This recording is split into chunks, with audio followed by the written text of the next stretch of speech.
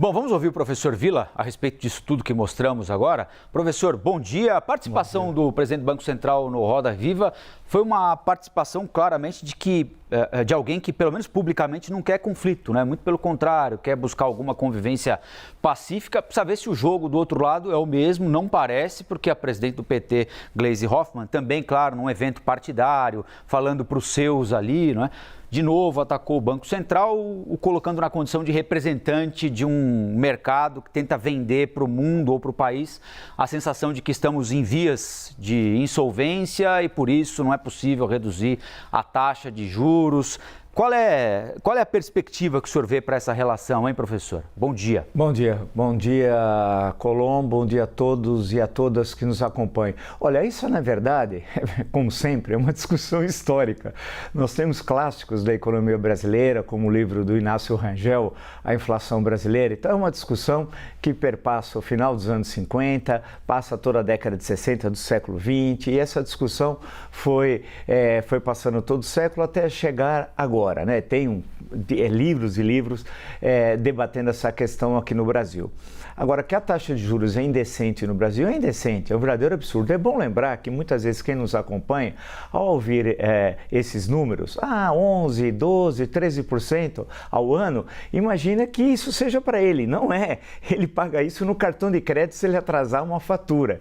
Nós temos, portanto, para o consumidor, para eu, você, para nós, uma taxa de juros absurda, e isso inibe, evidentemente, o consumo. Evidentemente, inibindo o consumo, vai inibir o comércio, o setor de serviços e, por tabela, o setor secundário da economia e, lá no limite, a questão do setor primário. Em suma, é fundamental a questão da taxa de juros. É necessário enfrentá-lo. O que o governo está fazendo, me parece, em termos políticos, é dar um sinal claro ao Banco Central que não admitirá nem um aumento da taxa de inflação, de juros, e que vai pressionar para a queda da taxa de juros, que realmente ela é muito alta no Brasil.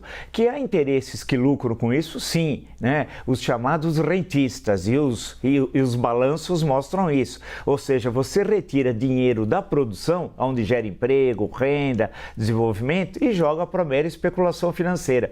Eu ouço falar em ciranda financeira desde os anos 1970, 1978, 79, então faz um certo tempo.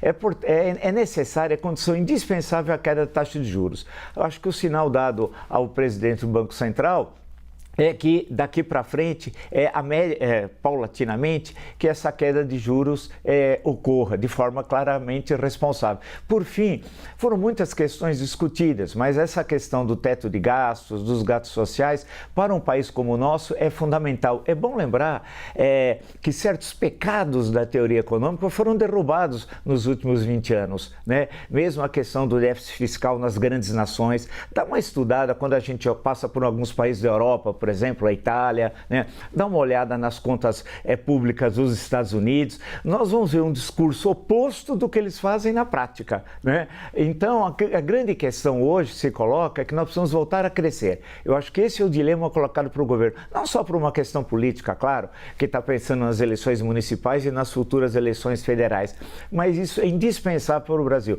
voltar a crescer de forma sustentável. Agora, não dá para crescer com essa taxa de juros.